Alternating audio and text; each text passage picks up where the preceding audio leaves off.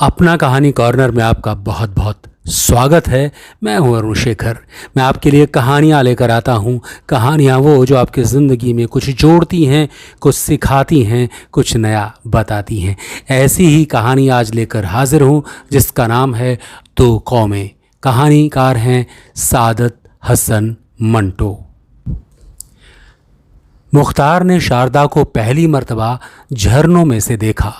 वो ऊपर कोठे पर कटा हुआ पतंग लेने गया तो उसे झरनों में से एक झलक दिखाई दी।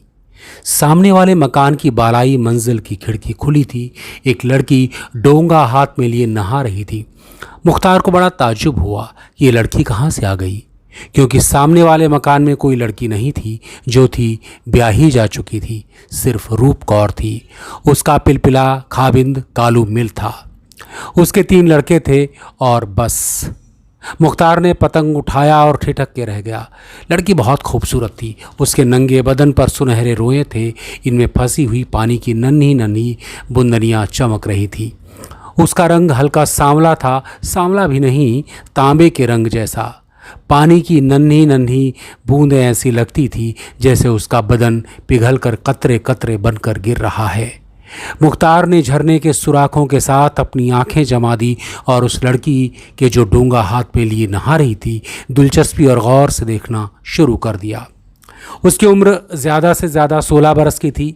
गीले सीने पर उसकी छोटी छोटी गोल छातियाँ, जिन पर पानी के कतरे फिसल रहे थे, बड़े दिल फरेब थे। उसको देखकर मुख्तार के दिलो दिमाग में सुफली जज्बात पैदा न हुए। एक जवान, खूबसूरत और बिल्कुल नंगी लड़की उसकी निगाहों के सामने थी। होना ये चाहिए था कि मुख्तार के अंदर शहवानी हैजान बर्पा हो जाता, मगर वो ठंडे इन मार्क से उसे देख रहा था जैसे किसी मुसव्विर की तस्वीर देख रहा है। लड़की के निचले होंठ के इख्तिमामी कोने पर बड़ा सा तिल था, बेहद मतीन, बेहद संजीदा, जैसे वो अपने वजूद से बेखबर है, लेकिन दूसरे इसके वजूद से आगाह हैं, सिर्फ इस हद तक कि उसे वहीं होना चाहिए थे जहाँ की वो था। बाहों पर सुनहरे रोएं पानी की बूंदों के साथ लिपटे हुए चमक रहे थे। उसके सर के बाल सुनहरे नहीं, भोंसले थे, जिन्होंने शायद सुनहरे होने से इनकार कर दिया था, जिसमें सुडौल और गदराया हुआ था, लेकिन उसको देखने से इश्तियाल पैदा नहीं होता था। मुख्तार देर तक झरने के साथ आंखें जमाए रहा। लड़की ने बदन पर साबुन मला। मुख्तार तक उसकी खुशबू पहुंची। सलोने तांबे जैसे रंग वाले बदन पर सफ़ेद सफ़ेद झाग बड़े सुहाने मालूम होते थे। फिर जब ये झाग पानी के बहावों से फिसले तो मुख्तार ने महसूस किया जैसे उस लड़की ने अपना बुलबुलों का लिबास बड़े इत्मीनान से उतार कर एक तरफ रख दिया है। गुसल से फारिग होकर लड़की ने तौलिए से अपना बदन पोंछा। बड़े सुकून और इत्मीनान से आहिस्ता आहिस्ता कपड़े पहने। खिड़की के डंडे पर दोनों हाथ रखे और सामने देखा। एकदम उसकी आंखें शर्माहट की झीलों में गर्क हो गईं। इसने खिड़की बंद कर दी। मुख्तार बेख्तियार हंस पड़ा। लड़की ने फौरन खिड़की के पट खोले और बड़े गुस्से में झरने की तरफ देखा। मुख्तार ने कहा, मैं कसूरवार बिल्कुल नहीं। आप क्यों खिड़की खोलकर नहा रही थी? लड़की ने कुछ नहीं कहा। गैस आलूद निगाहों से झरने को देखा और खिड़की बंद कर ली।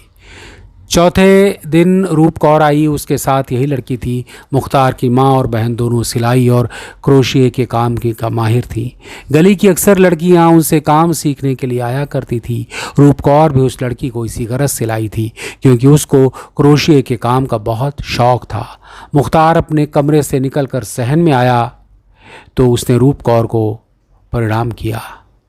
लड़की उस पर उसकी निगाह पड़ी, वो सिमट सी गई। मुख्तार मुस्कुराकर वहाँ से चला गया। लड़की रोज़ाना आने लगी। मुख्तार को देखती तो सिमट जाती। आहिस्ता आहिस्ता उसका ये रद्द-ए-अमल दूर हुआ और इसके दिमाग से ख्याल किसी कदर महव हुआ कि मुख्तार ने उसे नहाते देखा था। मुख्तार को मालूम हुआ कि इसका नाम शारदा है, रूप कौर के चाचा की लड़की है, यतीम है, चीचों की मल्लियों में गरीब रिश्तेदार के साथ रहती थी। रूप कौर ने उसको अपने पास बुलाया। एंट्रेंस पास है, बड़ी ज़हीन है, क्योंकि इसने क्रोशिए का मुश्किल से मुश्किल काम यूँ चुटकियों में सीख लिया था। दिन गुजरते थे। इस दौरान में मुख्तार ने महसूस किया कि वो शारदा के मोहब्बत में गिरफ्तार हो गया है। ये सब कुछ धीरे धीरे हुआ। जब मुख्तार ने उसको पहली बार झरने में देखा था तो उस वक्त उसके सामने एक नज़ारा था, बड़ा फरहतनाक नज़ारा। लेकिन अब शारदा आहिस्ता आहिस्ता इसके दिल में बैठ गई थी। मुख्तार ने कई दफ़ा सोचा था कि मोहब्बत का मामला बिल्कुल गलत है। इसके लिए शारदा हिंदू है। मुसलमान कैसे एक लड़की हिंदू लड़की से मोहब्बत करने की जुर्रत कर सकता है। मुख्तार ने अपने आप को बहुत समझाया, लेकिन वो अपने मोहब्बत के जज्बे को मिटा न सका। शारदा अब उससे बातें करने लगी थी, मगर खुल के नहीं। उसके दिमाग में मुख्तार को देखते ही एहसास बेदार हो जाता था कि वो नंगी नहा रही थी और मुख्तार झरने में से उसे देख रहा था। एक रोज़ घर में कोई नहीं था। मुख्तार की माँ और बहन दोनों किसी अजीज़ के 40वें पर गई हुई थी। शारदा हस्बे मामूल अपना थैला उठाए सुबह 10 बजे आई। मुख्तार सहन में चारपाई पर लेटा अखबार पढ़ रहा था। शारदा ने उससे पूछा, बहन जी कहाँ हैं? मुख्तार के हाथ कांपने लगे। वो कहीं बाहर गई हैं। शारदा ने पूछा, माता जी? मुख्तार उठकर बैठ गया। वो भी उसके साथ ही गई हैं। अच्छा। ये कहकर शारदा ने किसी कदर घबराई हुई निगाहों से मुख्तार को देखा और नमस्ते करके चलने लगी। मुख्तार ने उसको रोका। ठहरो शारदा। शारदा को जैसे बिजली के करंट ने छू लिया। चौंक कर रुक गई। जी? मुख्तार चारपाई पर से उठ बैठा। वो लोग अभी आ जाएंगे। जी जी जी नहीं, मैं जाती हूँ। ये कहकर शारदा खड़ी रही। मुख्तार ने बड़ी जुर्रत से काम लिया, आगे बढ़ा, उसकी कलाई पकड़ी और खींच कर उसके होठों को चूम लिया।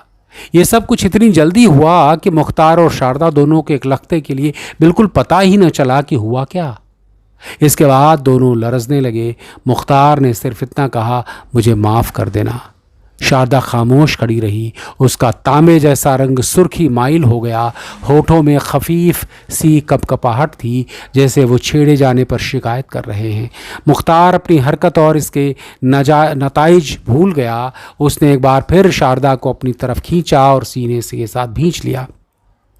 शारदा ने मुजाहमत ना की। वो सिर्फ मुजस्समा हैरत बनी हुई थी। वो एक सवाल बिन गई थी, एक ऐसा सवाल जो अपने आप से किया गया हो। वो शायद खुद से पूछ रही थी कि ये क्या हुआ, ये क्या हो रहा है, क्या उसे होना चाहिए था, क्या ऐसा किसी और से भी हुआ है। मुख्तार ने उसे चारपाई पर बिठा लिया और पूछा, तुम बोलती क्यों नहीं हो शारदा? शारदा के दुपट्टे के पीछे उसका सीना धड़क रहा था। उसने कोई जवाब नहीं दिया। मुख्तार का उसको सुकूत बहुत परेशान कुन महसूस हुआ। बोलो शारदा, अगर तुम्हें मेरी हरकत बुरी लगी तो कह दो। खुदा की कसम मैं माफ़ी मांग लूँगा। तुम्हारी तरफ निगाह उठाकर नहीं देखूँगा। मैंने कभी ऐसी जुर्रत न की होती, लेकिन जाने मुझे क्या हो गया। दरअसल मुझे तुमसे मोहब्बत है। शारदा के होंठ हिले जैसे उन्होंने लफ्ज़ मोहब्बत अदा करने की कोशिश की है। मुख्तार ने बड़ी गर्मजोशी से कहना शुरू किया, मुझे मालूम नहीं तुम मोहब्बत का मतलब समझती हो कि नहीं। मैं ख़ुद इसके मुतल्लिक ज़्यादा वाक़फ़ियत नहीं रखता। सिर्फ इतना जानता हूँ कि तुम्हें चाहता हूँ। तुम्हारी सारी हस्ती को अपनी इसी मुट्ठी में ले लेना चाहता हूँ। अगर तुम चाहो तो मैं अपनी सारी ज़िंदगी तुम्हारी हवाले कर दूँगा। शारदा, तुम कुछ बोलती क्यों नहीं हो? शारदा की आंखें ख्वाबगो हो गईं। मुख्तार ने फिर बोलना शुरू कर दिया, मैंने उस रोज़ झरने में से तुम्हें देखा था।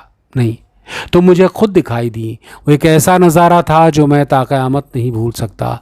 तुम शर्माती क्यों हो? मेरी निगाहों ने तुम्हारी खूबसूरती चुराई तो नहीं। मेरी आंखों में सिर्फ उस नज़ारे की तस्वीर है। तुम उसे ज़िंदा कर दो तो मैं तुम्हारे पाँव चूम लूँगा। ये कहकर मुख्तार ने शारदा का एक पाँव चूम लिया। वो कांप गई। चारपाई पर से एकदम उठकर उसने लर्जा आवाज़ में कहा, ये आप क्या कर रहे हैं? हमारे धर्म में। मुख्तार खुशी से उछल पड़ा, धर्म को छोड़ो, प्रेम के धर्म में सब ठीक है। ये कहकर उसने शारदा को चूमना चाहा, मगर वो तड़प कर एक तरफ हटी और बड़े शर्मीले अंदाज में मुस्कुराती भाग गई। मुख्तार ने चाहा कि उठकर ममटी पर पहुंच जाए, वहां से नीचे सहन में कूदे और नाचना शुरू कर दे। मुख्तार की वालिदा और बहन आ गई तो शारदा आई। मुख्तार को देखकर उसने फ़ौरन निगाहें नीची कर ली। मुख्तार वहां से खस गया कि राज इफ्शा न हो जाए। दूसरे रोज़ ऊपर कोठे पर चढ़ा, झरने में झांका तो देखा शारदा खिड़की के पास खड़ी बालों में कंघी कर रही है। मुख्तार ने उसको आवाज़ दी, शारदा। शारदा चौंकी। कंघी इसके हाथ से छूटकर नीचे गली में जा गिरी। मुख्तार हंसा। शारदा के होठों पर से मुस्कुराहट पैदा हुई। मुख्तार ने उससे कहा, कितनी डरपोक हो तुम। हौले से आवाज़ दी और तुम्हारी कंघी छूट गई। शारदा ने कहा, अब ला के दीजिए नई कंघी मुझे, ये तो मोरी में जा गिरी है। मुख्तार ने जवाब दिया, अभी लाऊं? शारदा ने फौरन कहा, नहीं नहीं, मैंने तो मजाक किया है। मैंने भी मजाक किया था, तुम्हें छोड़कर मैं कंघी लेने जाता? कभी नहीं। शारदा मुस्कुराई, मैं बाल कैसे बनाऊं? मुख्तार ने झरने के सुराखों से अपनी उंगलियां डाली, ये मेरी उंगलियां ले लो। शारदा हंसी। मुख्तार का जी चाहा कि अपनी सारी उम्र उस हंसी की छाँव में गुजार दे। शारदा, खुदा की कसम तुम हंसी तो हो, मेरा रवां रवां शादमा हो गया। तुम क्यों इतनी प्यारी हो? क्या दुनिया में कोई और लड़की भी तुम जितनी प्यारी होगी? ये कमबख्त झरने, ये मिट्टी के जलील पर्दे, जी चाहता है उनको तोड़ फोड़ दूं। शारदा फिर हंसी। मुख्तार ने कहा, यह हंसी कोई और न देखे, कोई और न सुने। शारदा, सिर्फ मेरे सामने हंसना, और अगर कभी हंसना हो तो मुझे बुला लिया करो, मैं इसके इर्द गिर्द अपने होठों की दीवारें खड़ी कर दूंगा। शारदा ने कहा, आप बड़ी अच्छी बातें करते हैं, तो मुझे इनाम दो। मोहब्बत, एक हल्की सी निगाह उन झरनों से मेरी तरफ फेंक दो, मैं उसे अपनी पलकों से उठाकर अपनी आंखों में छिपा लूँगा। मुख्तार ने शारदा के अकब में दूर एक साया सा देखा और फौरन झरने से हट गया। थोड़ी देर बाद वापस आया तो खिड़की खाली थी, शारदा जा चुकी थी। आहिस्ता आहिस्ता मुख्तार और शारदा दोनों शेरो शुक्र हो गए। तन्हाई का मौका मिलता तो देर तक प्यार मोहब्बत की बातें करते रहते। एक दिन रूप कौर और इस का खाविंद लाला कालू मिल कहीं बाहर गए हुए थे। मुख्तार गली में से गुजर रहा था कि उसको एक कंकर लगा। उसने ऊपर देखा, शारदा थी। उसने हाथ के इशारे से उसे बुलाया। मुख्तार उसके पास पहुंच गया। पूरा तखलिया था, खूब घुल मिल के बातें हुई।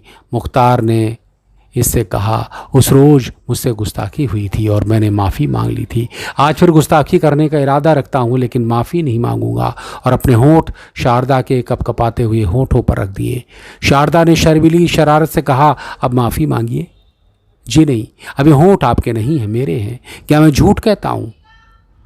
शारदा ने निगाहें नीची करके कहा, ये होंठ क्या हैं? मैं ही आपकी हूँ।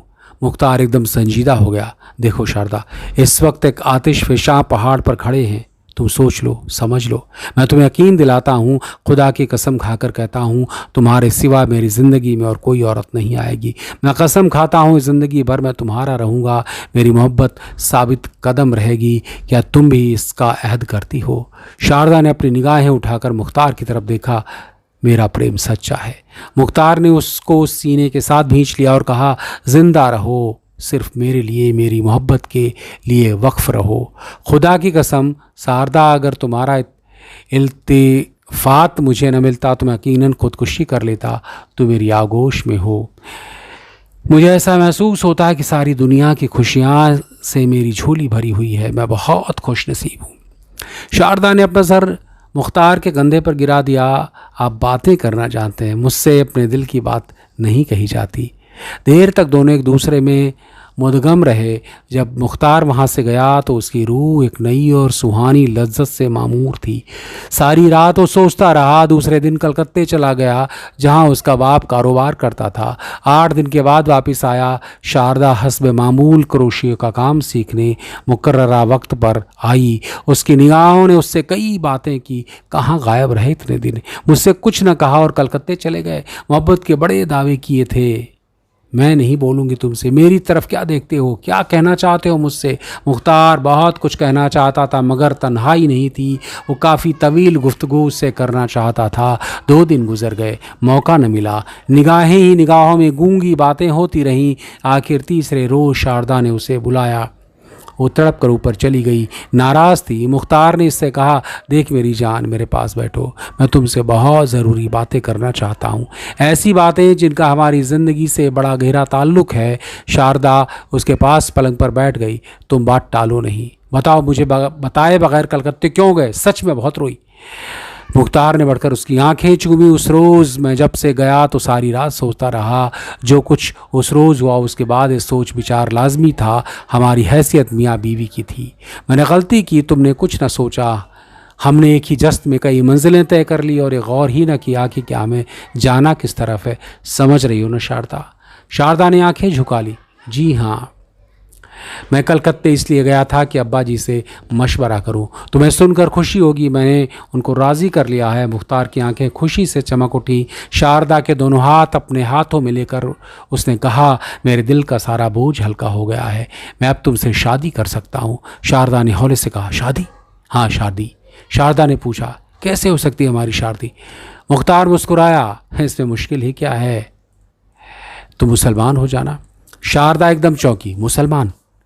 मुख्तार ने बड़े इत्मीनान से कहा, हाँ हाँ, इसके अलावा और हो ही क्या सकता है। मुझे मालूम है कि तुम्हारे घर वाले बड़ा हंगामा मचाएंगे, लेकिन मैंने इसका इंतज़ाम कर लिया है। हम दोनों यहाँ से गायब हो जाएंगे, सीधे कलकत्ते चलेंगे। बाकी काम अब्बा जी के सुपुर्द है।